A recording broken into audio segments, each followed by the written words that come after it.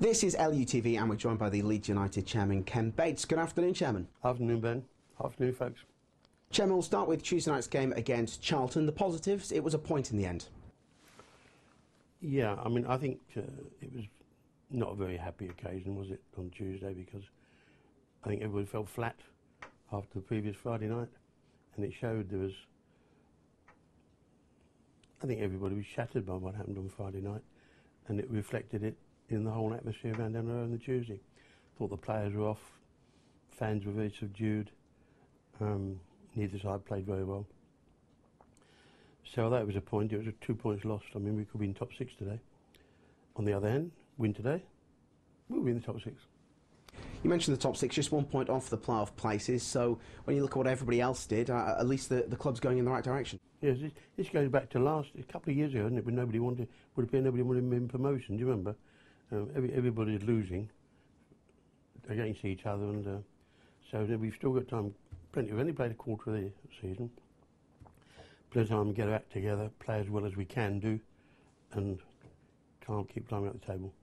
I suppose it's a trait of a Neil Warnock side, isn't it, that even when they're not necessarily playing well, they can get a result, and that's been shown by the 7 games unbeaten. Well, they fight for each other. Yeah, 7 games unbeaten, not bad, is it? And it's a pity that we haven't got less draws and more wins, but at least we haven't got any beating.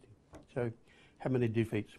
So, it's up to the boys today. If they're watching it, get your finger out, get on with it. How's that for pep talk? Birmingham, the opponents today, obviously a change of manager there, change of playing staff as well. They seem to be struggling for form, which you wouldn't expect. You'd expect them to be one of the big boys in the division. Well, I think one of the problems, I must say, don't forget, one of the problems they do have is internal turmoil, which isn't helping them. There's question marks over the ownership and the chairman, who's currently got problems with his own in Hong Kong, and that must create a degree of uncertainty and concern to the people running the club on a day-to-day basis, so that let's hope they pull through it, because Birmingham are a great old club. And of course, don't forget, they won the League Cup a couple of seasons ago, which, who knows, maybe we'll emulate them this year. Obviously, talking of the atmosphere and fans, you've put in your programme notes today that you would like fans to report any antisocial behaviour they see inside the ground, and for it to be a team effort. Well, what I think is that, as far as I'm concerned, last Friday night was a watershed in the club's history, because there are a few people at this club who claim to support it, but attempt to denigrate it in every way possible, sometimes without realising they're doing it. And you can imagine those scenes. First of all, we're live on TV. Those scenes were flashed around the world. I mean, what do potential investors and supporters and sponsors think? But for too long, I've had letters, phone calls, tweets and everything else. I don't do tweets, but from the silent majority saying, you know, it's disgraceful and we're on your side and you're doing a good job, blah, blah, blah, blah. But they don't do anything about it publicly. And as I said, for evil to flourish, only good needs good men to do nothing. So if the people start shouting, tell them to shut up. Stand up. There's over 22,000 gate. There's 300 or 400 baddies and 20-odd thousand goodies. So it's up to the goodies to tell the baddies to shut up or go and support some other club. And the other great thing is not to respond to abuse. I mean, Sean Harvey's idea was a great one, is it?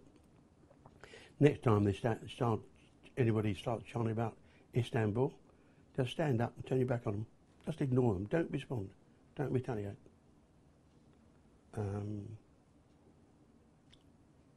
And that's the way to kill it off. If somebody's being really nice, just ignore them. It's like a sport kid, isn't it? You just ignore his tantrum, don't cry his heart out. Then he comes round. That's what we've got to do.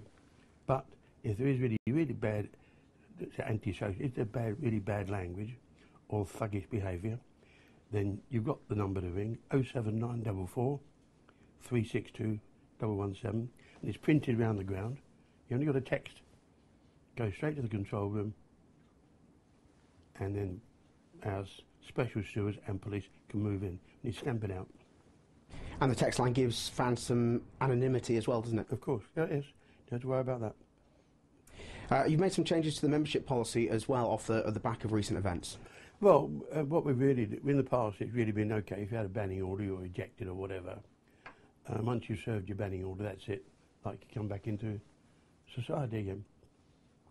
This fellow Corley has shown that it's not a big enough punishment. So, well, Corley can never become a club member again. And anybody who behaves like that similarly, again, if they're ejected or whatever, then they can only become a club member. Now, they can still come and watch the game if they want to. They won't get any advantage of club membership. They certainly won't get a away ticket in their own name. And they won't be able to come to club functions. And just a message, I want to emphasise something else.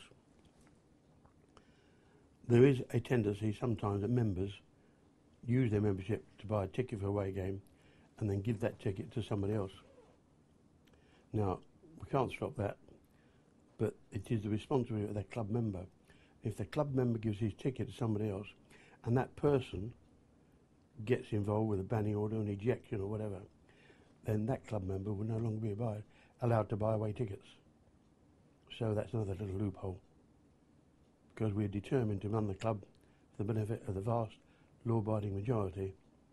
And if it means to be tough on a few, so be it.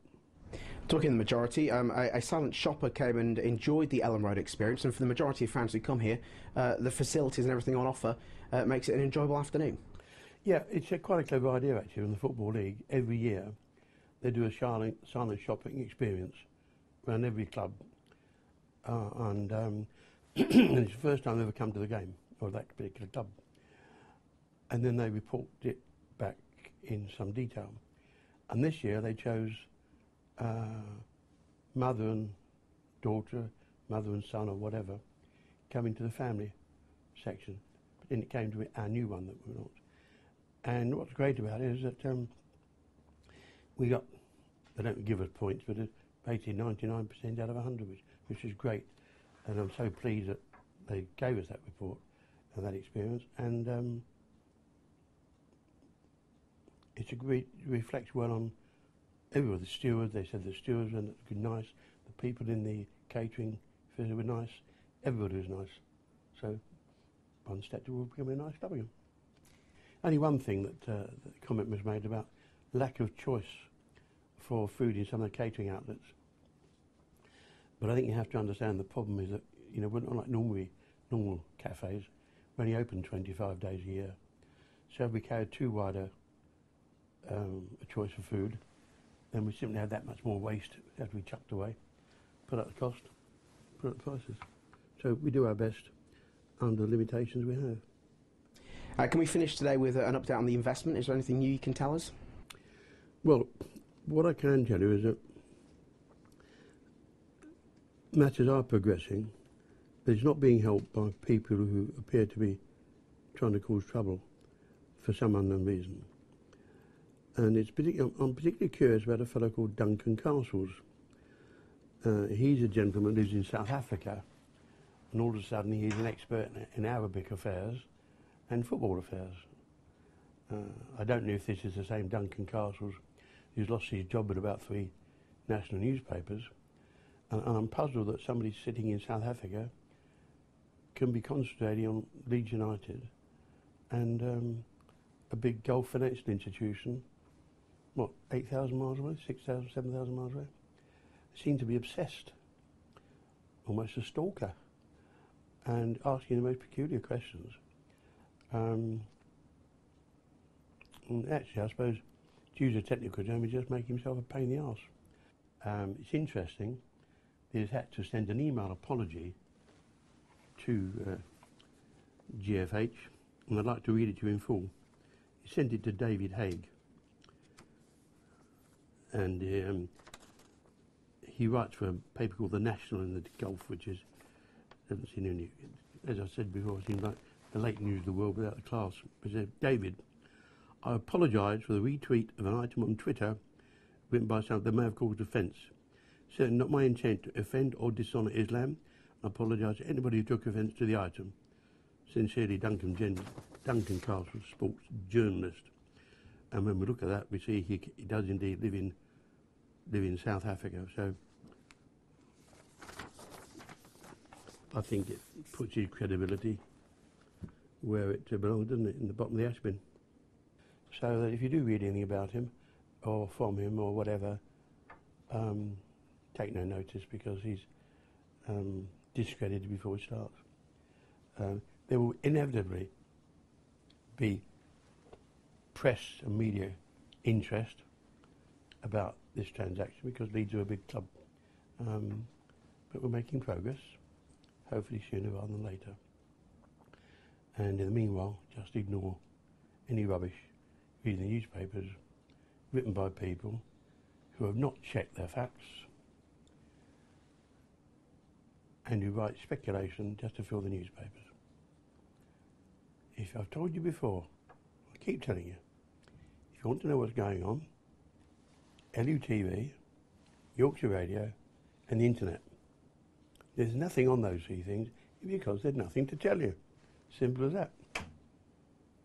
So, let's forget Mr. Castles and the takeover today. I'm happy to say that some of the people from golf are my guests today.